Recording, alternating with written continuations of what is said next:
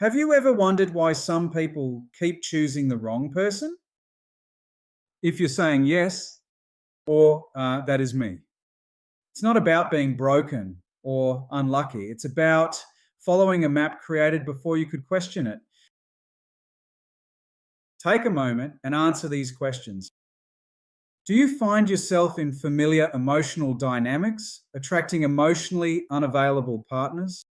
Do you invest months trying to open them up, carrying their emotional burdens until exhaustion breeds resentment? Do you consistently give more, depleting yourself until there's nothing left? Do you find this pattern repeats despite different faces and stories? I need you to know you're not broken. You are not unlucky. You are not choosing this consciously. What is happening is that you have programming that seeks the familiar, which includes you unconsciously being attracted to the same personality type, even when you thought this time would be different. If we haven't met, I'm the digital voice avatar of Nicholas Dobb, founder of Zest. While Nicholas is busy working with clients, running workshops, and doing the real human stuff that changes lives, he created me to share his message and get his message out into the world. Nicholas personally researches, writes, and reviews every video you'll find on this channel. So when you hear these words, they're genuinely his thinking, his experience, his voice. He reads every comment too. So if something lands for you or you've got a question, drop it below. He wants to hear from you. Okay, let's get back. Attraction often feels like chemistry, a spark. However, this spark is your nervous system recognizing something familiar. Familiarity doesn't equate to health. It simply means known. Your nervous system can't distinguish between familiar and healthy and familiar and painful. Here's the reality. From childhood, your brain forms an emotional blueprint based on parental relationships.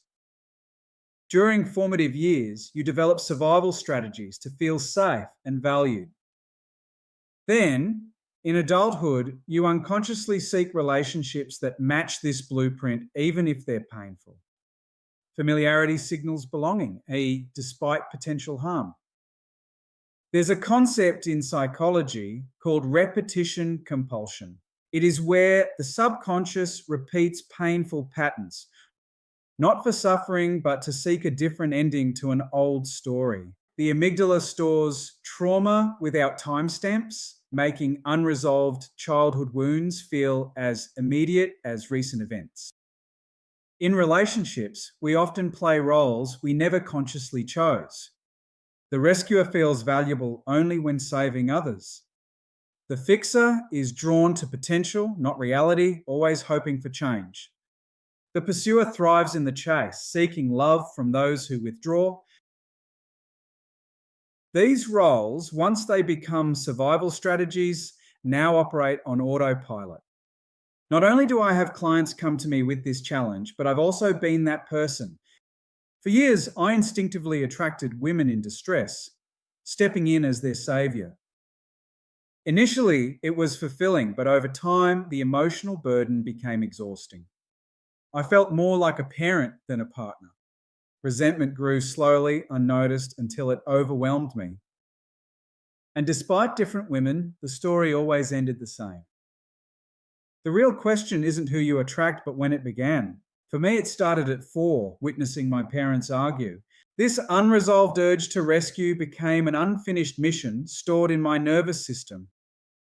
Bessel van der Kolk explains that unresolved experiences are stored somatically, influencing choices beyond conscious thought. Recognizing a pattern and deciding to change often isn't enough. The conscious mind, like a ship's captain, gives orders, but the subconscious, like the ocean, dictates the ship's movement. Insight identifies patterns, but healing alters the conditions that sustain them. My clients are intelligent, self-aware individuals, but before doing the work, they were stuck due to unresolved emotional wounds, while awareness and willpower engage the conscious mind. True healing requires addressing the deeper underlying source code of these patterns. Without resolving the original wound, lasting change can remain elusive. The turning point comes from addressing the original wound, not just recognizing patterns. By resolving the emotional charge from a childhood memory, genuine change occurs. The adult self can finally make choices based on true desires and values rather than old, unresolved urgencies. Amongst other modalities, I use the Richards trauma process. It focuses on addressing the original wound at its source within the subconscious mind and body. It resolves the subconscious mission, allowing patterns to shift naturally. Clients often experience real results quickly. They start showing up in relationships from a grounded, secure place, which results in fostering healthier connections. Here are some steps you can take. First, to recognize your patterns. Start by naming the emotional theme across past relationships. Trace these feelings back to childhood origins. Remember, insight alone isn't enough. Addressing deep-seated wounds requires trauma-informed support for effective healing.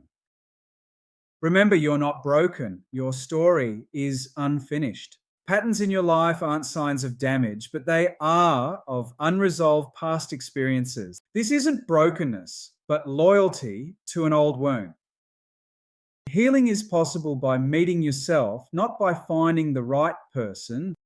The blueprint can be redrawn.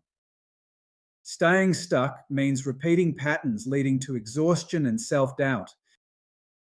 Healing the source allows for grounded relationships and genuine attraction to healthy partners. Your presence here indicates awareness of a different story. It's important to discover where your story began so you can write the ending it deserves.